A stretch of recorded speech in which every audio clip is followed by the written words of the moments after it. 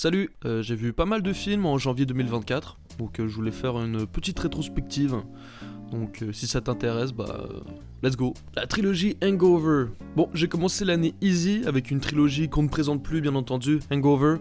Very Bad Trip pour la France et Lendemain de veille pour le Québec, yes. Donc je suis extrêmement fan de cette trilogie, hein. Plus les deux premiers à vrai dire, c'est assez rare que je me regarde le 3, qui pour moi, y a des vannes sympas, mais comparé aux deux autres, il est vraiment moins marrant quoi. Donc les deux premiers films pour moi c'est vraiment une comfort zone si tu vois ce que je veux dire, hein. Je les ai au moins matés 10 fois chacun tu vois depuis leur sortie. Personnellement je considère cette trilogie comme un petit classique de l'humour US des années 2010. Et si vous avez jamais vu, qu'attendez-vous, ça se regarde tout seul les gars. Crazy Stupid Love, yes. Bon j'ai dit que j'avais commencé l'année easy mode tu vois, petite rom-com bien sympa. J'ai eu pas mal de clips sur Insta du film et en vrai il me donnait grave envie. L'humour a super bien marché sur moi, je suis pas mal fan de Steve Carell vu que The Office quoi. Donc c'était vraiment une bonne raison de plus pour moi de mater Crazy Stupid Love avec un Ryan Gosling encore une fois beaucoup trop BG pour nous, on peut rien y faire, ce mec est vraiment parfait physiquement. Donc un petit film sympatoche, le genre de truc qui passe bien en date Netflix avec Mademoiselle ou Mademoiseau comme vous préférez. 40 ans toujours puceau, ouais j'étais dans la vibe Steve Carell là, donc j'ai décidé de mater 40 ans toujours puceau que j'avais jamais vu. Et en vrai c'est pas mauvais, hein. Les blagues elles sont pas mal, elles sont bonnes, mais il y en a pas mal qui tombent à plat selon moi. Rien de grave, hein. C'est une autre époque, c'est un autre humour, ça a moins bien mâché sur moi. Mais bon, toutes les vannes qui tournent autour du sexe, tu vois... Moi c'est pas trop mon style d'humour, l'humour de cul de base, donc tu vois, tu vas me faire rire avec 4-5 vannes bien placées, c'est cool. Mais à la fin, ça devient un peu lourd, donc j'ai besoin d'autre chose. Et j'ai eu de la difficulté à rentrer dedans, je sais pas, j'aimais pas trop les personnages. Bon, Steve Carell, son personnage est sympa, mais les autres, je les aimais pas trop spécialement, tu vois. Du coup, ça m'intéressait moins. J'ai eu de la difficulté à rentrer dedans. Mais cette fin aussi, what the fuck, cette fin, elle est trop chelou. Je vais pas spoiler pour ceux qui l'ont pas vu, mais trop chelou cette fin, quoi. Donc ouais, petit film sympa mais sans plus, quoi. On peut passer à côté sans problème, quoi. Vermine. Bien content d'avoir vu ce film là en France, hein, parce que sinon j'aurais dû attendre genre 6-7 mois pour qu'il sorte au Québec et ça m'aurait vraiment cassé les couilles, car le pitch de base me tentait énormément. C'est ce genre de projet que j'aime voir dans le cinéma français, un film d'horreur avec des araignées. Personnellement je peux pas me considérer comme un arachnophobe, hein. Bon après ça dépend de la taille du bordel, mais en général je m'en fous tu vois des araignées. Mais là, on a le droit à pas mal de scènes, tu vois, où je me suis dit, putain, mais frérot, c'est hardcore quand même. C'est hardcore là. On a tous déjà vu les vidéos de mecs en Australie qui arrivent avec un balai et qui écrasent une araignée sur un mur. Et là, il y a des centaines de bébés araignées qui se dispersent autour du balai, tu vois. C'est horrible ce truc, c'est horrible. Et le film il a bien conscience que c'est horrible, du coup on a quelques scènes où ça arrive et franchement j'ai des bons frissons qui me parcouraient le corps, c'était assez intense tu vois. Et en plus pour ceux qui ont vu le film, moi je suis allé à la séance, je venais d'avoir une nouvelle paire de TN tu vois. Du coup, quand il y a une certaine scène qui arrive avec des TN, j'étais moyennement serein, tu vois ce que je veux dire, j'étais moyennement serein quoi, la petite sueur aux fesses comme on dit. Après on a un casting vraiment cool, qui fait super bien le taf. Perso, j'y allais pour voir mon Jérôme Niel national, hein. Qu'est-ce que j'adore ce mec. Il nous délivre sans surprise une presta vraiment sympatoche. Le reste du casting est vraiment cool aussi. J'ai un petit problème avec la fin, je suis pas hyper fan, je trouve ça, un peu gros, tu vois. Je trouvais que c'était un petit peu tiré par les cheveux au niveau de la fin, mais hormis ça, le film est vraiment sympa. Anatomie d'une chute, j'ai enfin vu ce putain de film, je l'ai vu direct après Vermine au cinéma, tu vois, c'était vraiment le bon moment parce que au Québec à chaque fois les plages horaires ça ne coïncide pas du tout avec mon travail. La seule séance dispo pendant 3 semaines d'affilée qu'il y avait au Québec c'était à 10h50 le matin. Je sais pas vous mais à 10h50 je travaille, du coup j'avais pas trop le temps.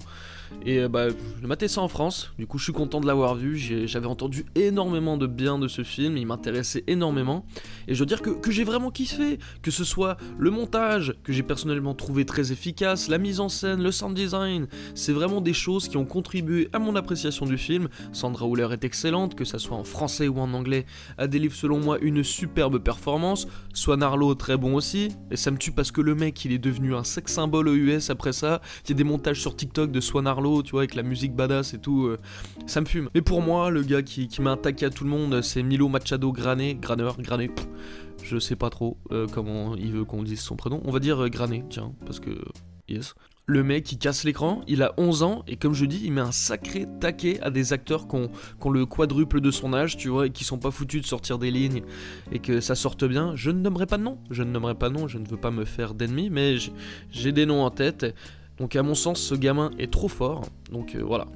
J'ai vraiment kiffé Anatomie d'une chute. Voyez Anatomie d'une chute si vous l'avez jamais vu. Il est clairement dans mon top 15 des meilleurs films de 2023. Menace to Society. Donc de la drogue, des guns, des grosses caisses et une bonne histoire. J'ai vraiment aimé Menace to Society, principalement pour son casting, tout le monde est excellent et se donne pour ce film. Tyrone Turner, il déborde de style de ouf. Jada Pinkett Smith, excellente aussi. Bon, ça fait longtemps que je l'avais pas reconnu, j'ai pas vous le cacher. Il y a quelques années qui nous séparent de la claque, si tu vois ce que je veux dire. En termes d'histoire, on est sur du classico-classique film de Hood, bien entendu. J'aime énormément Boys in the Hood, donc qui est dans le même registre, mais je pense que je préfère Menace to Society, simplement pour la mise en scène, ambiance générale, les musiques qui passent et tout. Il m'a un petit peu plus marqué que Boys in the Hood et sont très similaires les deux de toute manière, mais je vais pour Menace to Society en termes de préférence. American Gangster, comment j'étais en retard de fou mec, j'ai foncé dans l'inconnu, je connaissais rien du film, à part la fameuse scène ultra connue avec Idris Elba, mais à part ça, aucune idée de quoi ça parlait. Donc du coup, après visionnage, je comprends beaucoup plus les références au fameux Frank Lucas dans plusieurs sons de gangsta rap que j'écoute, c'est super pour ma culture. Coup de maître pour Ridley Scott, on le savait déjà, le mec il est bon, tu vois, y a pas vraiment besoin de le rappeler, mais bon, encore une fois, le mec il le prouve, tu vois, il pose ses couilles sur la table et fait salut, papa est là. Donc on est bien entendu dans un Rise and Fall classique, mais à la Jordan Belfort dans le Loup de Wall Street, bon bah la vie de Frank Lucas elle est quand même assez hors norme et on peut qu'être fasciné par le gars d'une certaine manière. Le casting est aux petits oignons, la photographie bien léchée, une mise en scène de pro. Bon, j'ai découvert American Gangster un petit peu trop tard comme on dit, mais bon, il est jamais trop tard quoi. Society of the Snow. Ah, j'aime pas du tout le titre français de ce film. Le Cercle des Neiges. Le Cercle des Neiges. Le Cercle des Neiges, nul à chier les gars, vous êtes capable de dire Society of the Snow, vous auriez pu le garder, il y a plein de titres que vous gardez en anglais, donc je ne comprends pas. Par contre, le film, pas nul à chier du tout, tellement pas nul à chier, bon bah qu'il a fait sa place dans mon top 15 2023, carrément. Bon, je vais pas vous cacher, au début, j'étais un petit peu réticent à le voir, parce que je connaissais déjà le film Alive de 1993 avec Ethan Hawke, et bon bah, qui parle de la même histoire quoi, donc ça m'intéressait moyen. Mais qu'est-ce que je suis content d'avoir vu ce film. Alive à côté c'est du prout silencieux tu vois. Tout est meilleur ici selon moi, Juan Antonio Bayona a vraiment pris l'histoire à cœur et a essayé de l'adapter au fait réel le mieux qu'il pouvait. Tu vois, il a travaillé avec les survivants et tout, donc on sent qu'il a mis du cœur quoi. Le film est magnifique, une photographie superbe avec des idées de composition et d'éclairage trop rafraîchissantes de fou. Moi j'ai vraiment kiffé d'un point de vue technique le film. La scène de crash d'avion aussi mémorable à fond. Je vous jure, vous avez jamais vu une scène de crash d'avion comme ça. C'est gras, c'est violent, c'est honnête et c'est traumatisant, c'est trop bien. J'ai jamais vu ça, c'est sûrement la meilleure scène de crash d'avion que j'ai vue de ma vie en fait. Casting incroyable aussi, alors que pour beaucoup d'acteurs du film c'était leur tout premier rôle, donc chapeau les gars, vous avez super bien fait le taf. Donc regardez Society of the Snow et pas Les Cercles des Neiges. All Quiet on the Western Front. Je sais pas pourquoi ça m'a pris autant de temps pour voir ce film, mais bordel, je l'ai enfin vu, même si on n'est pas à la même époque, même si c'est pas le même conflit ni le même point de vue, le film m'a énormément fait penser à Come and See, surtout dans son message de fond si tu vois ce que je veux dire. C'est bien entendu un remake, bon j'ai pas vu l'original de 1930 mais bon, un jour sûrement, je le verrai. C'est super original de suivre un Allemand durant la Première Guerre mondiale, c'est pas un truc qu'on a souvent vu. La mise en scène est folle, les décors sont incroyables. Attends frérot, les décors sont incroyables, les costumes sont fous, la photographie est folle. C'est le genre de film que Netflix devrait tenter plus souvent à mon avis. All Quiet c'est 2022, là le All Quiet de cette année c'était Society of the Snow, donc voilà. On verra pour l'an prochain, mais bon, j'aimerais voir plus de projets comme ça de la part de Netflix. Saltburn, je vais pas trop en parler de celui-là car j'aimerais en parler dans une vidéo à part qui devrait sortir courant février, donc si je peux vous donner un mini avis quand même, étrange, mais j'aime bien. Voilà, Death Proof ou le boulevard de la mort en français. Dans tous les films de Tarantino, il y en avait que deux que j'avais pas vu, donc Jackie Brown que j'ai vu en décembre et j'ai vraiment apprécié, sous côté de fou d'ailleurs ce film, et Death Proof que j'ai moins aimé à vrai dire, on va pas se le cacher. Je me fais relancer des tomates mais bon voilà quoi. C'est sûr que le style de Tarantino, je suis pas mal familier avec, comme n'importe quel pecno avec une base de cinéphilie en vrai. Donc les longs dialogues, les effets sonores, les effets visuels et tout ce qu'on connaît de Tarantino dans son cinéma, qu'il a fait mieux après. Donc quand je regarde Death Proof, je me fais un peu chier en fait. Je sais que le Grindhouse c'est un style, Et j'aime définitivement pas ce style, c'est bon, c'est carré, au moins on le sait déjà. Bon, la première heure encore ça va, tu vois, je me disais ça se dirige vers quelque chose, en sorte de montée crescendo, tu vois. Et après on arrive à la moitié et le film devient mollasson de fou quoi. On a toujours les longs dialogues tarantinesques, tu vois, mais je m'en foutais en fait de ce que les gens ils disaient, les conversations sont chiantes. On devrait l'appeler le bavardage de la mort à la place du boulevard de la mort parce que ça parle tellement dans ce film et pour rien dire en fait, pour rien dire, c'est pas intéressant plus que ça. Donc comparé à d'autres scènes de dialogue qu'on avait dans d'autres Tarantino, je trouve que c'est pas comparable. Du coup bah j'ai pas du tout envie de voir Planète Terror et voilà quoi. Death Proof, le moins bon Tarantino selon moi. Chien de la casse, donc film qui m'a marqué pour je ne sais quelle raison à vrai dire, mais le truc qui vit dans ma tête rent-free depuis 2 semaines. On est sur un film d'amitié pas comme les autres, on est sur une histoire conflictuelle entre un gars introverti et son vieux pote du collège bien extraverti lui. Anthony Bajon, Raphaël Quenard, forment un bon duo à l'écran, hein, c'est cool de les voir ensemble. Bon, Rafa délivre une presta quand même je trouve très rafraîchissante, hein, en même temps...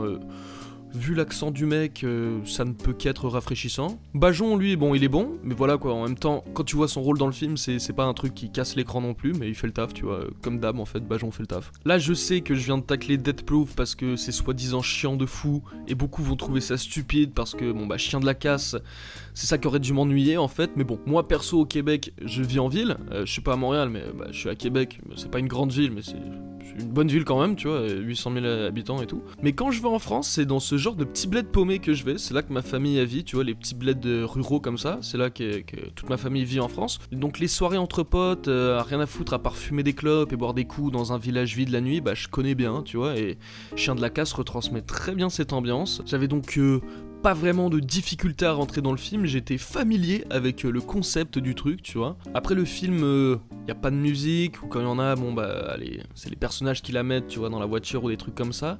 Il est quand même assez low-paced, mais moi j'aime bien les films low-paced en général, du coup ça m'a pas trop dérangé, mais je pense qu'il y a pas mal de gens qui vont se faire chier devant ce film quand même.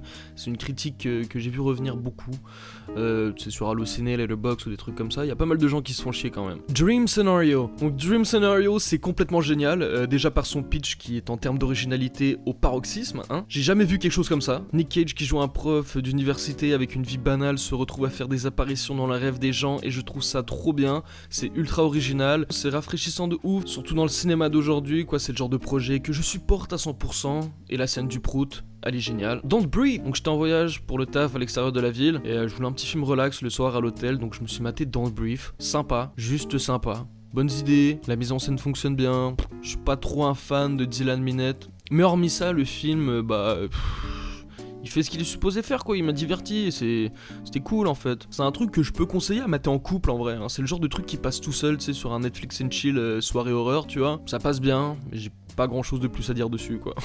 Les Trois Petits Cochons, donc comédie québécoise que je voulais voir depuis un petit moment, ça fait un bon bail qu'il est dans ma watchlist. On suit ces trois frères qui ont tous une vie bien différente. Un vraiment chiassé le truc, un prof de karaté accro à la branlette et sa gonzesse c'est devenu sa coloc par procuration quoi. L'autre bon taf, ça va, bon taf, mais problème financier, tout le bordel. Et le dernier, bon il est très bien casé, bon taf, beaux enfants, belle maison, beau chien. Quand tu regardes ça de loin, ça fait un petit clin d'œil au titre, hein, ce serait pas Les Trois Petits Cochons en fait. Plus sérieusement, j'ai vraiment apprécié. C'est une bonne comédie qui tourne autour de l'adultère et que je trouve très efficace. Guillaume le médecin vierge m'a tué durant tout le film, je l'ai trouvé vraiment hilarant et j'ai kiffé sa presta. Il y a un vrai travail de mise en scène et de composition aussi, de jeu de couleurs, dans les contrastes, dans les highlights, il y a du travail là-dessus, ça se voit qu'ils ont pas cherché juste à faire un film marrant mais qu'ils ont cherché à faire de quoi, de profond avec différents degrés de lecture. Les plot twists ont super bien marché sur moi, surtout le dernier que j'avais pas du tout vu venir. Moi et mon pote on était pétés de rire en voyant le plot twist final, donc je doute pas mal que beaucoup d'entre vous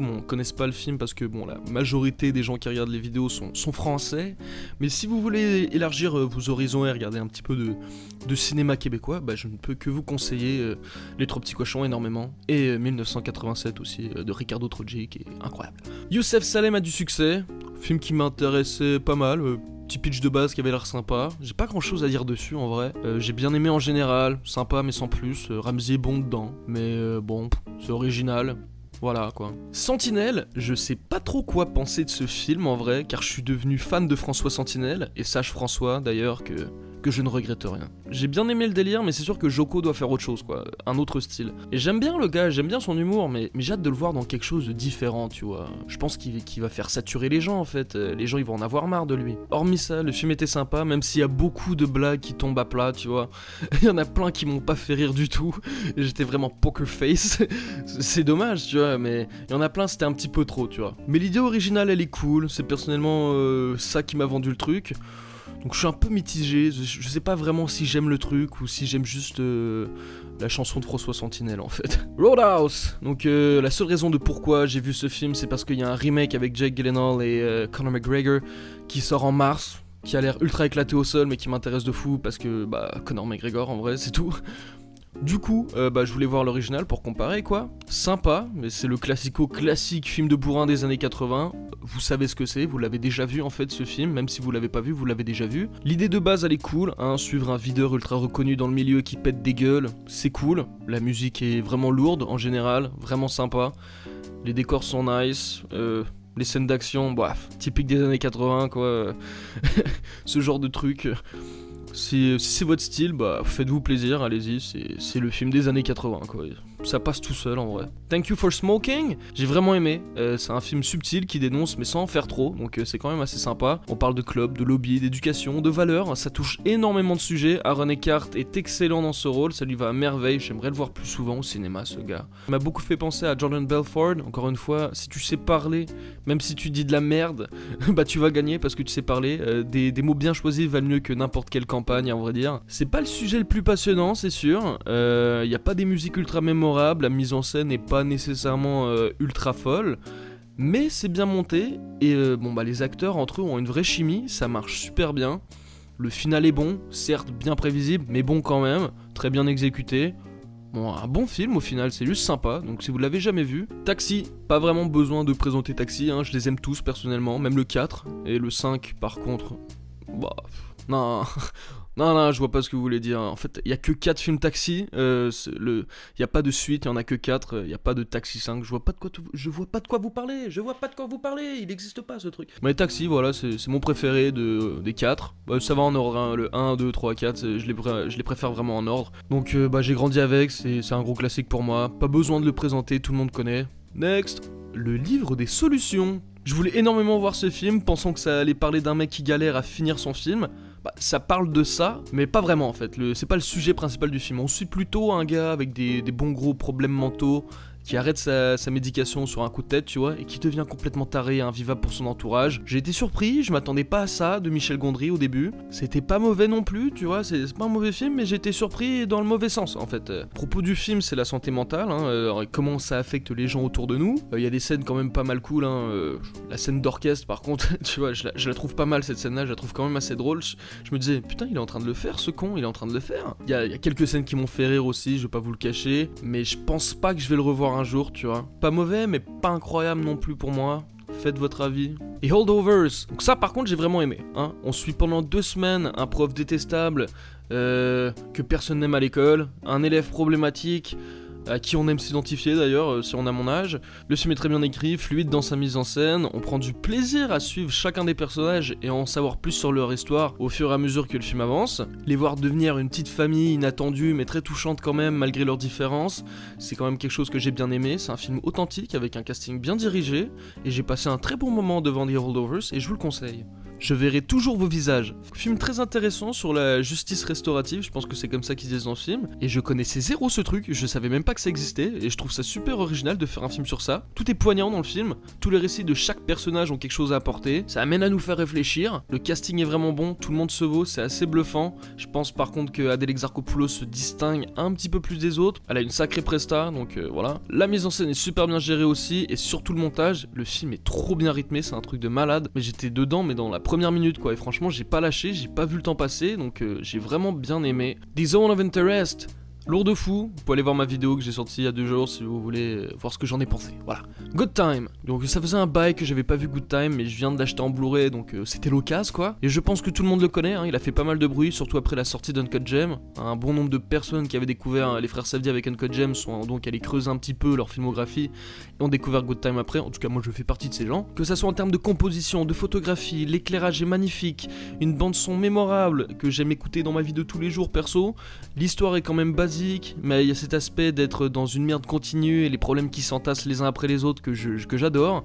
Ça crée quelque chose d'assez anxiogène qui nous tient toujours en haleine tout au long du film. J'aime beaucoup Good Time, donc regardez-le, les prestations cool. Penny Safdie, Robert Pattinson, les deux sont super efficaces à l'intérieur. Donc voilà, Good Time, trop cool. Horns, donc le dernier film du mois. Je pensais pas que le film allait être ça, à vrai dire. J'ai été agréablement surpris, mais c'est un film qui touche à plusieurs genres, à vrai dire, drame, comédie, horreur, fantasy, avec une bonne mise en scène, belle photographie. Daniel Radcliffe est surprenant aussi, hein, on distingue une sorte de maturité dans son jeu, et il essaie toujours de se décoller du rôle d'Harry Potter. Horns, je pense, est sorti en 2013, un truc comme ça, du coup, le dernier Harry Potter c'était 2011, donc il était vraiment encore bien collé à ce rôle-là. On sent qu'Alexandre Aja, il s'est fait kiffer de fou à la réal, on reconnaît bien son style. Selon moi, il y a quelques longueurs, tout un aspect autour de l'enquête policière qui aurait pu être coupé selon moi ou un petit peu abrégé. Mais hormis ça, bon, c'est un film sympa, mais sans plus quoi. Ça finit donc le mois de janvier, ça fait 28 films au total, ce qui est vraiment pas dégueu comme score. J'aurais aimé regarder plus de vieux films, mais là avec les Oscars qui arrivent, il y a plusieurs films qui m'intéressaient et que je voulais voir avant la cérémonie, ce qui explique le pourquoi du comment. Bref, suivez-moi sur Letterboxd. J'espère que ça t'a donné envie de mater des trucs. À la prochaine quoi, yo.